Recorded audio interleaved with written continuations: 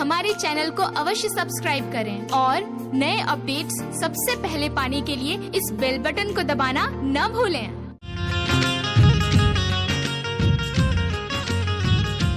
राजस्थान का एक शक्तिपीठ जिसके प्रभाव ने उखाड़ दिए औरंगजेब के भी पांव।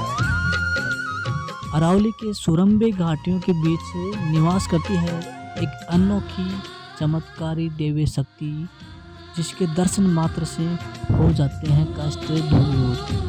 क्या है इस अनोखी शक्ति का रहस्य और क्या क्या छिपा है देवस्थान का राज, जिस देवस्थान को हम कहते हैं जीण माता धाम। चौहान परिवार में जन्मी, अपने भाई और बहन में अटूट प्यार था और किसी बात को लेकर के आपस में नाराज़गी व्यक्त हुई। भाई ने उनको मनाने का प्रयास किया। भाई वहाँ से घांगू से जीण माता जी आया, वो भरसक प्रयास भी किए। भाई का नाम हर्षनाथ था, लेकिन जीण माता जी ने कि मैं तो वापस अब जाऊंगी नहीं, अपनी माँ भवानी की तपस्या में यहाँ लग गई। भाई ने कहा मैं भी अब वापस गाँव नहीं जाऊँगा।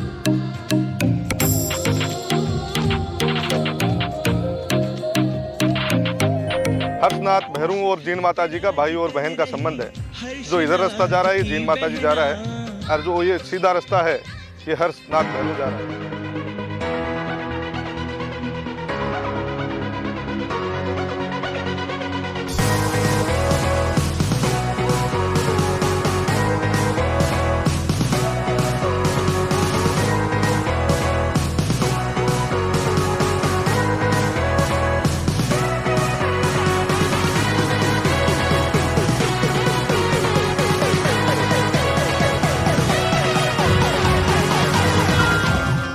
के मंदिर का इतिहास के बारे में अलग अलग इतिहासकारों ने अलग अलग बातें लिखी है। यहाँ स्थित कई शिलालेख, कई मूर्तियाँ मंदिर के बारे में जिक्र करते रहते हैं। जीण माता का मंदिर बहुत ही प्राचीन है।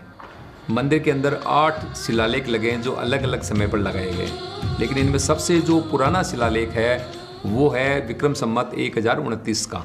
लेकिन उस शिलालेख के अंदर मंदिर के निर्माण की कोई तिथि लिखी हुई नहीं है, लेकिन मंदिर की जो प्राचीनता है उसको लेकर अभी भी शोध की आवश्यकता है कि ये मंदिर कितना प्राचीन है।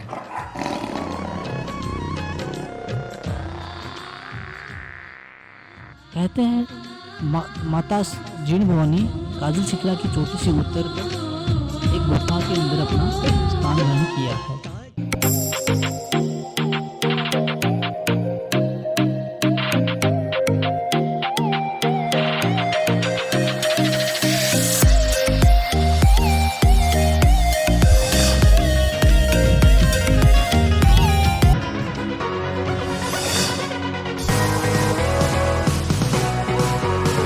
और ये तो सब आदिकाल है।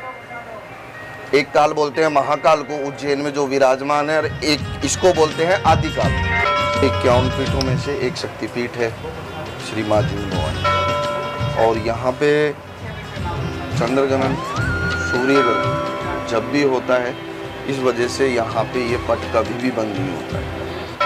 और इस तरफ है तेल की जोत, इस तरफ है घी की जोत। यहाँ दर्शन करने वाले जब भी आकर यहाँ दोख लगाए और इन जोतों के दर्शन करें, उनकी मनोकामना पूर्ण होती है। ये कब बना, कैसे बना, यहाँ कौरव पांडवों ने भी आके सेवाई की है और जीर्णोद्धारी की है। औरंगजेब बादशाह के समय पे ये जोत अखंड चल रही थी। वहाँ से तेल आता था, 100 मन घी 100 मन तेल। फिर वो धीरे धीरे चलता रहा, फिर हो गया बंद। फिर जयपुर से इसका 2 रुपये 3 आना फिक्स किया। फिर वो भी कुछ दिन तक चला, फिर उसके बाद में बंद कर दिया। अब यात्री लोग जब भी अपनी इच्छा मनोकामना बोलते हैं और अपने यहाँ पे तेल चढ़ाते हैं।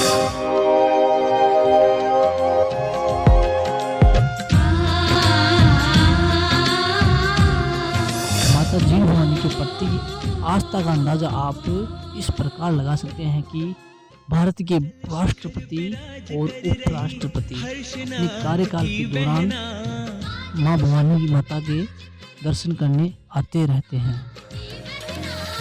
जो भी देखे बोल रहा है, क्या कहना भाई क्या कहना।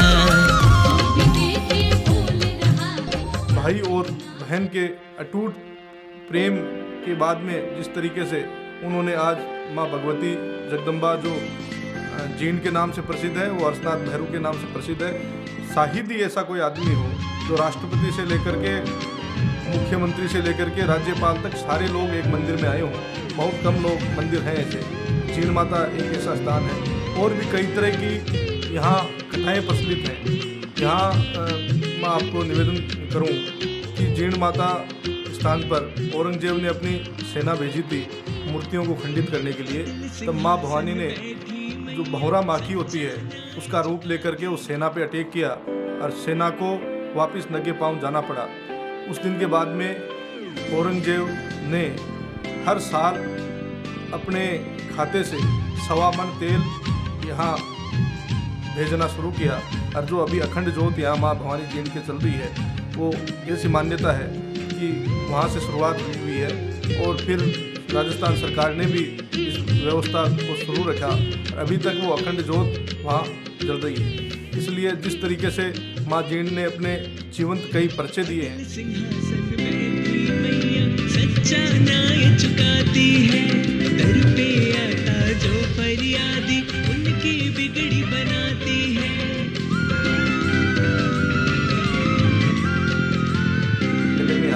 मंदिर 9वीं सदी से प्राचीन हो सकता है। 9वीं सदी का तो है ही है और 9वीं सदी से पहले का भी प्राचीन हो सकता है। ये शोध के अंदर तथ्य जब सामने आएंगे। इस मंदिर के ऊपर एक बार औरंगजेब की सेना ने हमला किया था। हर्षनाथ के मंदिर ध्वस्त करने के बाद मुगल सेना जींद माता पहुंची और जींद माता के मंदिर को ध्वस्त करना चाहा। लेकिन जींद माता मंदिर के पास इतनी सारी मधुमक्खियाँ थी, या वहाँ के जो पुजारी बताते हैं कि वहाँ पे मंदिर के अंदर से इतनी मधुमक्खियाँ निकली और वो बड़ी मधुमक्खियों ने मुगल सेना को लहूलुहान कर दिया। मुगल सेना को बचने का कोई उपाय नहीं दिखा। आखिर जो द्राप खां इसके सेनापति थे, उन्होंने मंदिर के पुजारियों से पूछा कि भाई इस विपदा से कैसे बचा जाए।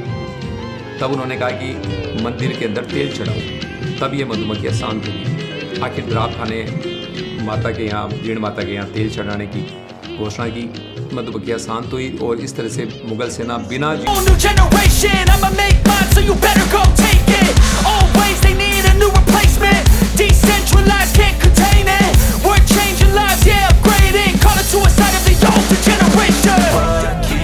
up at night, yeah.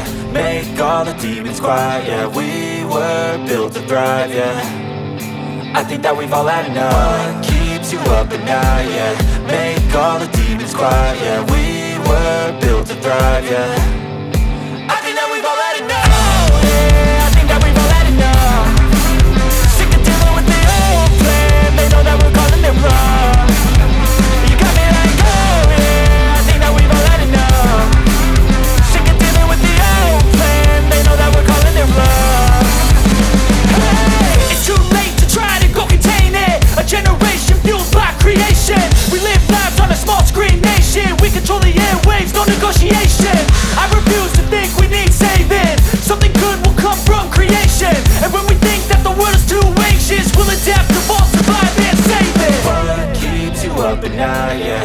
Make all the demons quiet, yeah. We were built to thrive, yeah. I think that we've all had enough. What keeps you up at night, yeah. Make all the demons quiet, yeah. We were built to thrive, yeah. I think that we've all had enough, yeah. I think that we've all had enough.